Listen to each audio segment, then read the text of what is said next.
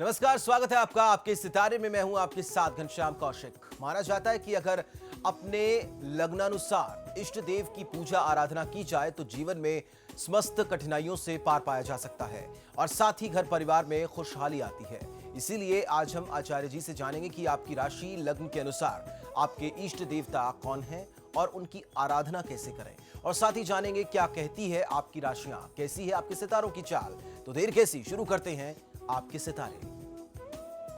क्या आप जानते हैं क्या है इष्ट देव की पूजा का महत्व? तो जानिए पंडित वैभव नाथ शर्मा से लग्नानुसार कैसे करें इष्ट देव की उपासना। आपके सितारे में आप अपनी हर परेशानी का हल हासिल कर सकते हैं और अपने सवाल पूछ सकते हैं। स्टूडियो में साथ देने के लिए मौजूद हैं विश्वविख्यात ज्योतिषाचार्य और वास्तुशास्त्री पंडित वैभव नाथ शर्मा जी। आचार्य जी, आपका हार्दिक स्वागत है। जी नमस्कार। तो यदि आप भी अपनी कुंडली के ग्रह नक्षत्रों से परेशान हैं या कार्य, व्यापार, परिवार की चिंता कर रही है आपको परेशान, तो आप भी हमें कॉल कर सकते हैं। हमारे नंबर्स लगातार आपकी टीवी स्क्रीन पर फ्लैश किए जा रहे हैं। आप हमें हमारे टोल फ्री नंबर पर भी कॉल कर सकते हैं। आप हमसे सीधी बात कर सकते हैं। हमारा टोल फ्री नंबर है 180010263003। आप इस नंबर पर मुफ्त में कॉल करें। इसके अलावा आप हमें हमारे लैंडलाइन नंबर्स 012046463332 और 012046463327 पर भी कॉल करके हमसे सीधी बात कर सकते हैं। तो चलिए सबसे पहले आचार्य जी से जान लेते हैं आज का पंचांग। 14 अप्रैल विक्रम संवत 2071। जी निश्चित ही आज का पंचांग इस प्रकार है। विक्रम संवत 2071, मास चल रहा है चैत्र और चैत्र मास के शुक्ल पक्ष की आज चतुर्दशी तिथि है, सोमवार का दिन है। नक्षत्र है हस्त, योग है व्याघात और करण है वाणिज्य। तो चलिए अब राशिफल की तरफ रुख करते हैं और सबसे पहले बात करते हैं मेष राशि की। मेष राशि वाले जातकों का आज का दिन कैसा रहने वाला है? मेष राशि वाले जातक लोगों के लिए आज की तिथि में कोई ऐसा व्यक्ति आपके साथ हो सकता है जो आपको कहीं ना कहीं से किसी न किसी माध्यम से धोखा देने की फिराक में है, धोखे में डाल सकता है। तो आज की तिथि में आपको सावधानी पूर्वक काम करना चाहिए।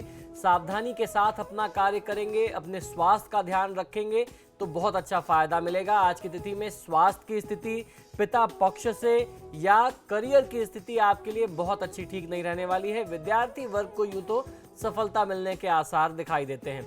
आज के दिन को शुभ बनाने के लिए ओम श्रीराय नमः मंत्र का 108 बार जाप कर लेना आपके लिए सर्वोत्तम होगा।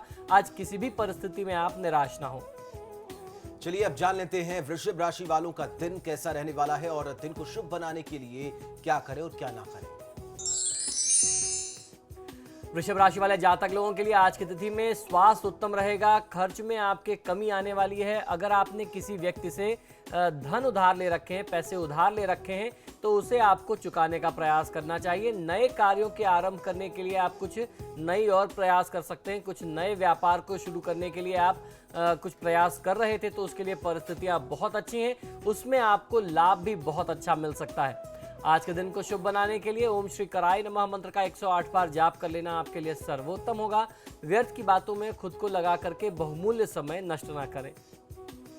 चलिए अब जान लेते हैं मिथुन राशि वाले जातक अपने दिन को शुभ बनाने के लिए क्या कुछ करें।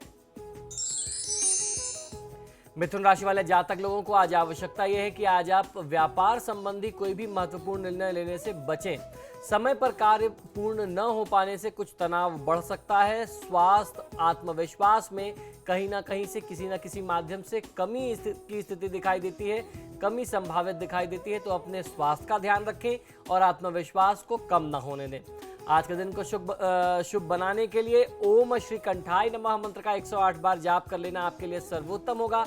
आज की तिथि में आपके परिजन यानी परिवार के लोग जो आपको सुझाव देते हैं, उनकी बातों को आप अन्यथा न लें और उनको अनदेखा न करें। चलिए अब जानते हैं कर्क राशि वाले जातकों के सितारे आज क्या कह रहे हैं। कर्क राशि वाले जातक लोगों के लिए आपके कार्यक्षेत्र में काफी समस्या व वाद विवाद की स्थिति चल रही, जिसकी वजह से आप कुछ आज परेशान हो सकते हैं। जीवन साथी का सहयोग आपको आज भरपूर मिलने वाला है, जिससे घरेलू मामलों को ठीक करने में, मजबूत बनाने में आप आज कुछ व्यस्त रह सकते हैं।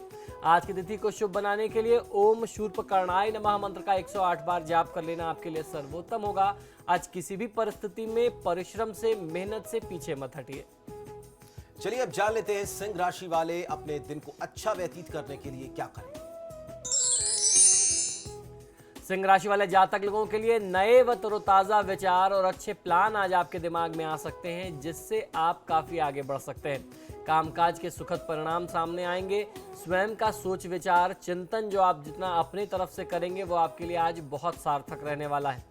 आज के दिन को शुभ बनाने के लिए ओम शुद्धाय नमः मंत्र का 108 बार जाप कर लेना आपके लिए सर्वोत्तम होगा। आज सोच समझ करके नपा तुला बोलना चाहिए। बहुत ज्यादा बोलने से, अत्यधिक बोलने से बचना चाहिए। चलिए अब जान लेते हैं कन्या राशि वालों का आज का दिन कैसा रहने वाला है। कन्या राशि वाले जातक लोगों के लिए आज संपत्ति से संबंधित कोई लेन देन न करें तो आपके लिए ज्यादा बेहतर होगा। व्यापारिक प्रतिस्पर्धा में हानि की संभावना दिखाई देती है। आपसी मामलों में व्यर्थ का तनाव लेने से भी आज आपको बचना चाहिए। लापरवाही से आपके कार्य बिगड़ सकते हैं। जो कार्य सिद्ध होने वाले थे, अगर आपने कुछ उसमें लापरवाही दिखा दी, आप थोड़ा सा निश्चिंत हो गए कि अब तो ये काम हो गया है, तो आपको बहुत बड़ा नुकसान भी हो सकता है। तो जब तक कार्य पूर्ण ना हो जाए, अंत समय तक आप पूरी तरीके से उस पर पूरा अपना ध्यान बना करके रखिए। ओम शिवाय नमः मंत्र का 108 बार जाप कर लेना आपके लिए सर्वोत्तम होगा। मानसिक थकान और उदासीनता को आप अपने ऊपर हावी ना होने दें। तो चलिए हमारे साथ कॉलर भी जुड़ चुके हैं। श्रेय हमारे साथ हैं। श्रेय पूछिए अपना सवाल। आचार्य जी प्रणाम। जी नमस्कार, बताइए। 18 मई 1966 रात 12:10 यानी कि 19 मई हो गया जी। व्यापार और स्वास्थ्य जो है ये गड़बड़ है। व्यापार कुछ नहीं चल रहा है जी। परेशानी में है। आय का कोई साधन नहीं है जी। समय बता दें। रात्रि 18 मई की रात 12:10 जी। यानी 19 जन्म स्थान? जन्म स्थान जिला बिजनौर जी। जी, निश्चित ही राहु की महादशा में शनि की अंतरदशा है और उसके साथ साथ सूर्य का प्रत्यंतर है। ये जो तीनों संयोग हैं, ये किसी भी मायने से आपके लिए बहुत अच्छे नहीं बनते। आपकी कुंडली यह भी दर्शाती है कि कहीं ना कहीं से आपके परिवार में पितृदोष बन रहा है, और ये जो पितृदोष है ये आपके पिता पक्ष से है, क्योंकि राहु की युति जो है वह सूर्य के साथ हो रही है। सूर्य पिता तुल्य होता है और पिता के परिवार को, पिता के पक्ष को यह रिप्रेजेंट करता है, उनको सूचित करता है। तो इस मामले में आपको सबसे पहला काम तो ये किया जाना चाहिए आपकी तरफ से कि आप अमावस्या की तिथि में पितृदोष का निदान करें, त्रिपिंडी श्राद्ध कर लेना। आपकी परिस्थिति या आपके जो लक्षण अभी तक आपने बताए कि स्वास्थ्य ठीक नहीं है, व्यापार बिल्कुल नहीं है, आय के कोई भी साधन नहीं है, प्रत्यक्ष तौर पर इसका सीधा संबंध, ये प्रमुख लक्षण है पितृदोष के, और उसका सीधा सीधा संबंध आपकी कुंडली में दिख रहा है। साथ में शनि की जो अंतर्दशा चल रही है, शनि की परिस्थितियां भी आपके लिए बहुत अच्छी नहीं बनती। आपकी कुंडली के अनुसार तीसरे भाव में शनि की स्थिति है, जो आपके संघर्ष को, पराक्रम को भी समाप्त कर रहा है, जीवन में बहुत ज़्यादा बढ़ा रहा है। आप जितनी मेहनत करते हैं उतना आपको रिटर्न नहीं मिलता, सारी आपकी मेहनत शून्य हो जाती है। और उसके साथ साथ अभी वर्तमान गोचर में यदि देखें तो शनि की स्थिति आपकी कुंडली के हिसाब से कर्म भाव में आती है, जिससे आपके लिए कर्म के बहुत ज़्यादा इस समय आय के साधन के लिए इस समय स्थिति खराब बनी हुई है। तो ऐसी परिस्थिति में आपको हनुमान जी की पूजा आराधना करने के साथ साथ सूर्यदेव को रोज सुबह 1 लोटा जल देना चाहिए। तो हमारे साथ एक और कॉलर रानी हल्द्वानी से जुड़ी हैं। रानी पूछिए अपना सवाल। मेरी पुत्री कंचन, जन्म स्थान नैनीताल, समय 8:55 सुबह, तिथि 9 सितंबर 1985। मेरी बेटी ने बॉटनी से पीएचडी की है। दिल्ली में नौकरी के लिए अप्लाई किया है। उसकी सरकारी नौकरी कब तक लगेगी, कृपया बताइए। मेरा जाप भी करा लिए। जी बिल्कुल, आप मुझे अपना बिटिया का जन्म समय और स्थान फिर से दोहराइए। 8:55 सुबह, स्थान नैनीताल। जी बिल्कुल, देखिए आपने इसके लिए पूछा है प्रश्न। इनकी कुंडली के अनुसार शनि की महादशा में शनि की अंतर्दशा चल रही है। शनि इनकी कुंडली में पंचम भाव के स्वामी होने के साथ साथ छठे भाव के स्वामी हैं। शनि की स्थिति तुला राशि में केतु के साथ बन रही है इनकी जन्म कुंडली में। तो कुल मिलाकर के पंचमेश होना तो ठीक है, लेकिन षष्ठेश होना बहुत अच्छा नहीं संयोग देता है। और उसके साथ साथ दूसरे भाव में केतु के साथ युति जो है वह भी बहुत ज़्यादा अनिष्टकारी हो जाती है। ऐसी परिस्थिति में शनि और राहु केतु तीनों ग्रहों की शांति यदि करा ली जाए तब कहीं जाकर के आप उम्मीद कर सकते हैं कि बच्चे का भविष्य, करियर के लिहाज से, दाम्पत्य जीवन के लिहाज से तब कहीं जाकर के सुखी हो सकता है। अन्यथा जीवन बहुत ज़्यादा कष्टकारी और संघर्ष की स्थिति का ही सामना करता रहने वाला है। हमारे साथ कानपुर से ओम भी जुड़ चुके हैं। ओम, पूछिए अपना सवाल। जी हेलो जी बताइए। सर, मेरा एक पैर है जी वो बहुत सूजा हुआ है जी और मैं चल नहीं पा रहा हूँ। जी बिल्कुल, इसके लिए राहु क्या का उपाय कहीं है? ना कहीं से संयोग होगा। और आपने अभी शनि राहु केतु का जो बताया उपाय, उससे क्या उपाय होगा? जी बिल्कुल, आप मुझे अपना जन्म विवरण बता दें। और जन्म तिथि तो नहीं मालूम मुझे। जी देखिए, प्रश्न लग्न के अनुसार चंद्रमा की महादशा में शनि की अंतर्दशा चल रही है। शनि का संयोग राहु और शनि का संयोग वर्तमान गोचर में चल रहा है तुला राशि में। तो निश्चित तौर पर ये जो कमर से नीचे का स्थान होता है, खासतौर पर पैर की स्थिति, यह राहु के आधिपत्य क्षेत्र में आता है। तो राहु की ही स्थिति आपकी अपनी कुंडली में भी कहीं ना कहीं से खराब चल रही होगी, जिसके कारण इस तरीके की समस्या का आपको सामना करना पड़ रहा है। वर्तमान गोचर के अनुसार शनि की राहु के साथ युति भी इसके लिए, क्योंकि आपको अपना जन्म कोई भी समय मालूम नहीं है, तो प्रश्न लग्न के अनुसार राहु और शनि का ही संयोग इसमें भी दिखता है। आपको करना ये चाहिए कि एक जलदार नारियल ले लीजिए, जटा वाला नारियल जिसे हम पूजा में प्रयोग में लेते हैं, उसको लेकर के 7 बार अपने सिर से घुमा करके क्लॉकवाइज आप उसको घुमाइए घड़ी की दिशा में, और उसको किसी भी जल स्थान में, जलाशय में प्रवाहित कर दें। ये प्रयोग आपको आज कर लेना चाहिए। उसके अलावा बुधवार और शनिवार कुल मिलाकर के 8 बार आपको ये प्रयोग करना है। आपको निश्चित ही फायदा मिल जाएगा। चलिए, एक छोटे से ब्रेक के लिए यहाँ पर रुकेंगे। ब्रेक के उस पार राशियों, जो बची राशि है, उनके ऊपर नजर डालेंगे।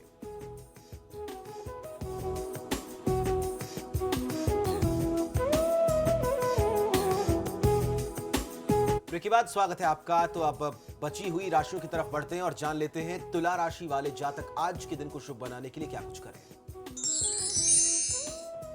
तुला राशि वाले जातक लोगों को अपने परिवार से जुड़ा हुआ कोई बेहद अहम फैसला आज आपको लेना पड़ सकता है। तो इसके लिए आपको पूर्णतः मानसिक तौर पर तैयार रहना चाहिए और पूरे बुद्धि विवेक का प्रयोग करके आप कोई भी निर्णय करें।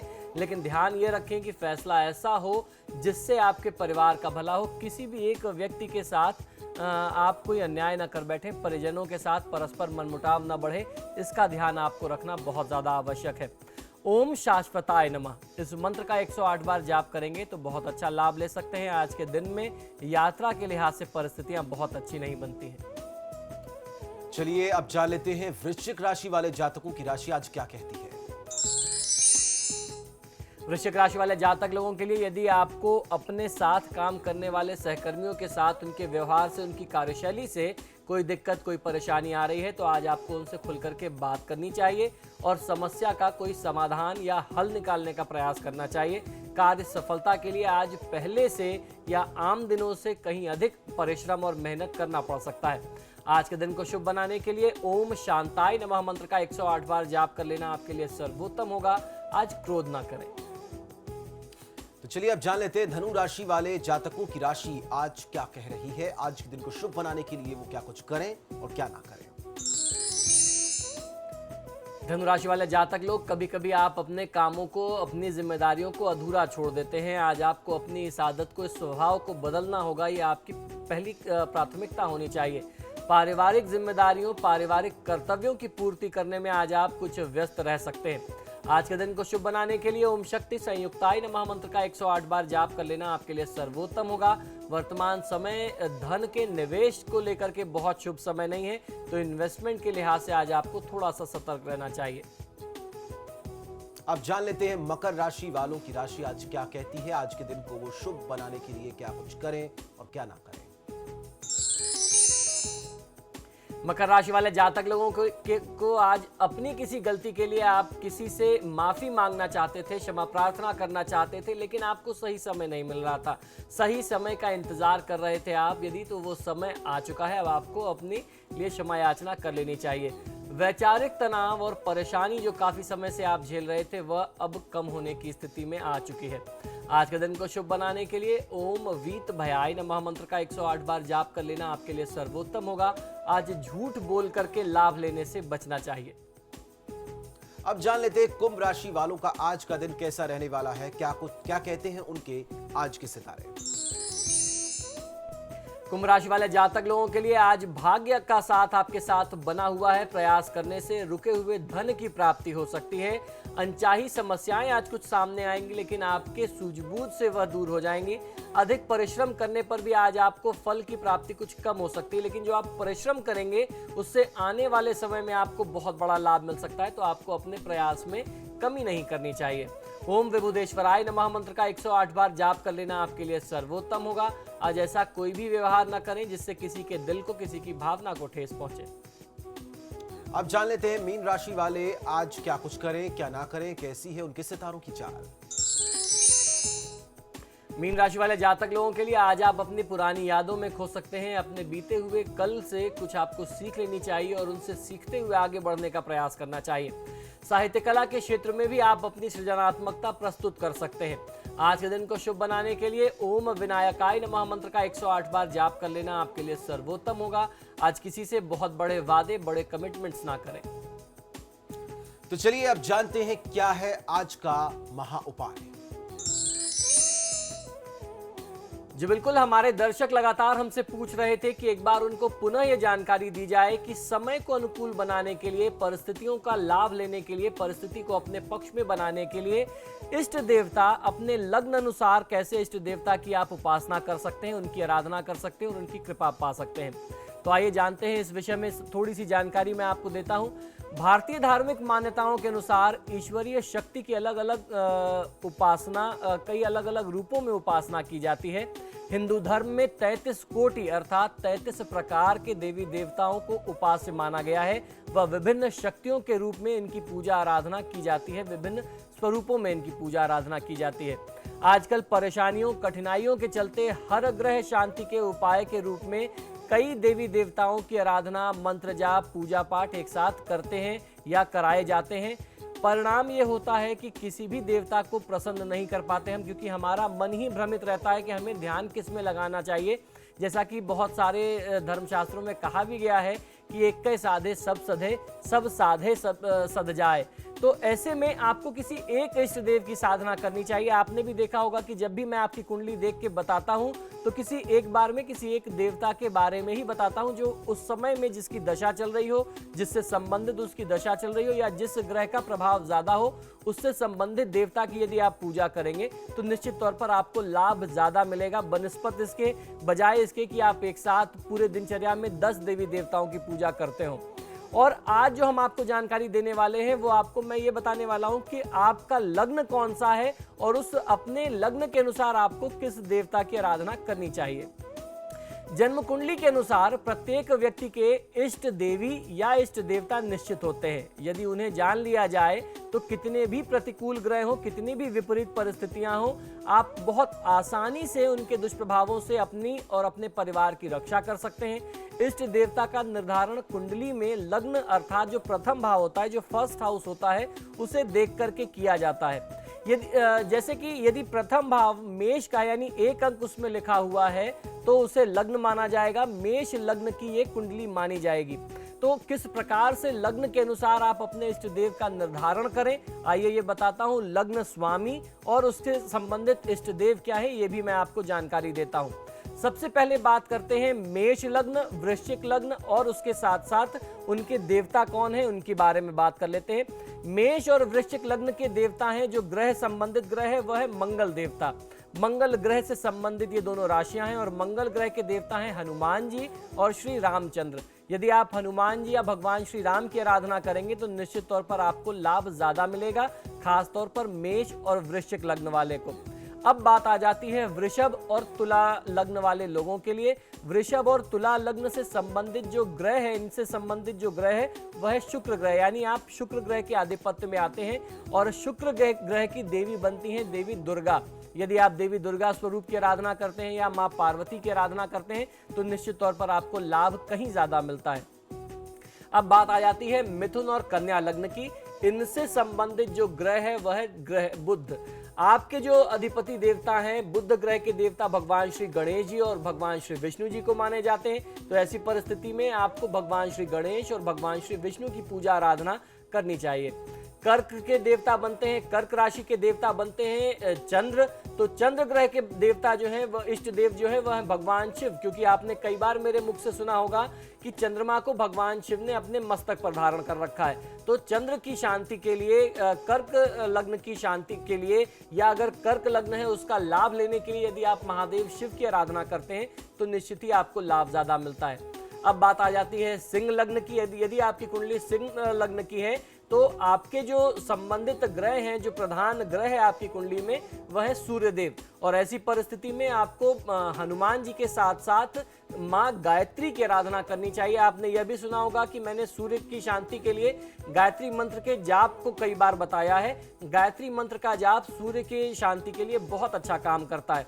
अब बात आ जाती है धनु और मीन लग्न की। यदि आपकी कुंडली धनु या फिर मीन लग्न की है तो आपके जो संबंधित ग्रह हैं या प्रधान ग्रह हैं वह है गुरु ग्रह बृहस्पति। और गुरु ग्रह बृहस्पति के जो देवता हैं वह है विष्णु जी। विष्णु जी के सभी रूप या फिर माँ लक्ष्मी की आप पूजा आराधना कर सकते हैं, इससे आपको बहुत अच्छा लाभ मिलेगा। यानी धनु और मीन की शांति के लिए भगवान श्री विष्णु और माँ लक्ष्मी की पूजा आराधना की जानी चाहिए। वहीं मकर और कुंभ राशि के लग्न के जातकों को जो पूजा करना चाहिए उनके संबंधित जो ग्रह हैं वह है शनिदेव, क्योंकि ये मकर और कुंभ जो है ये राशियां, ये लग्न जो है ये शनिदेव से संबंधित है। तो इनकी शांति के लिए हनुमान जी और महादेव शिव की आराधना यदि आप करते हैं तो बहुत अच्छा लाभ मिलता है। लग्न के अतिरिक्त पंचम नवम भाव के स्वामियों का भी आप चयन कर सकते हैं लग्न के अलावा, यानी पांचवा भाव और नवा भाव। पांचवा भाव जिसे ज्ञान और सुख का भाव कहते हैं, संतान से संबंधित कहते हैं। नवम भाव जिसे भाग्य और धर्म का भाव कहते हैं। इनके स्वामी ग्रहों के अनुसार भी आप अपनी देवी देवताओं का चयन कर सकते हैं। उनका ध्यान और पूजन करके अपने जीवन में सुख, सौहार्द, संपन्नता को बढ़ा सकते हैं, समृद्धि को प्राप्त कर सकते हैं। ये भी, इनकी आराधना करना भी सुख सौहार्द को देने वाला होता है। इष्ट देव की पूजा करने के साथ रोज 1 या 2 माला मंत्र का जाप भी अगर आप करते हैं, अगर इन्हीं ग्रहों से संबंधित, इन्हीं देवताओं से संबंधित कोई भी मंत्र चयन करके आप उसका जाप करते हैं तो वह भी चमत्कारिक फल देने वाला हो सकता है और उसके साथ साथ आपके हर प्रकार के संकटों से सुरक्षा होती रहेगी।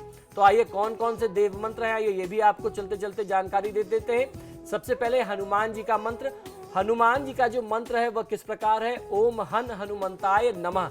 इस मंत्र का जाप आपको करना चाहिए हनुमान जी के मंत्रों के लिए। हनुमान जी से संबंधित यदि आप साधना कर रहे हैं, भगवान शिव के मंत्रों के लिए ओम रुद्राय नमः मंत्र का जाप किया जा सकता है। भगवान श्री गणेश के लिए ओम गंगणपतये नमः मंत्र का चयन आपको करना चाहिए। यदि आप देवी दुर्गा की साधना आराधना करना चाहते हैं तो ओम दुम दुर्गाय नमः मंत्र का प्रयोग आप करें तो आपको बहुत अच्छा लाभ मिलता है। भगवान श्री राम का मंत्र है ओम रांग रामाय नमः। इस मंत्र का प्रयोग यदि आप भगवान श्री राम की कृपा प्राप्त करने के लिए, भगवान श्री राम की साधना के लिए करते हैं तो निश्चित तौर पर आपको बहुत अच्छा लाभ मिलता है। भगवान श्री विष्णु को प्रसन्न करने के लिए, उनकी कृपा लेने के लिए विष्णु सहस्त्रनाम का पाठ, लक्ष्मी चालीसा का पाठ किया जाना चाहिए। और माँ लक्ष्मी का जो मंत्र है ओम श्रीं श्रीये नमः, इस मंत्र का यदि आप जाप करते हैं तो बहुत अच्छा फायदा मिलता है। अपने इष्ट देव का ध्यान जप का समय आपको निश्चित करके करना चाहिए। यदि अगर आपसे हो सकता है तो सुबह 7 बजे से लेकर के 9 बजे के बीच में आपको सुबह में साधना करनी चाहिए और संध्या काल के समय में यदि आपको समय मिल पाता है तो शाम को भी 6 से 9 के बीच में यदि आप साधना करते हैं तो आपको बहुत अच्छा फायदा मिलता है। समय एक बार फिक्स कर लेना चाहिए, अपनी सुविधा अनुसार बार बार समय न बदलें तो ज्यादा बेहतर होता है। चलिए आचार्य जी, आपने पंचांग बताया, राशिफल बताया और महा उपाय बताया, आपका बहुत बहुत शुक्रिया। जी नमस्कार। तो आपके सितारे में फिलहाल के लिए इतना ही, लेकिन खबरों का सिलसिला समाचार प्लस पर लगातार जारी है।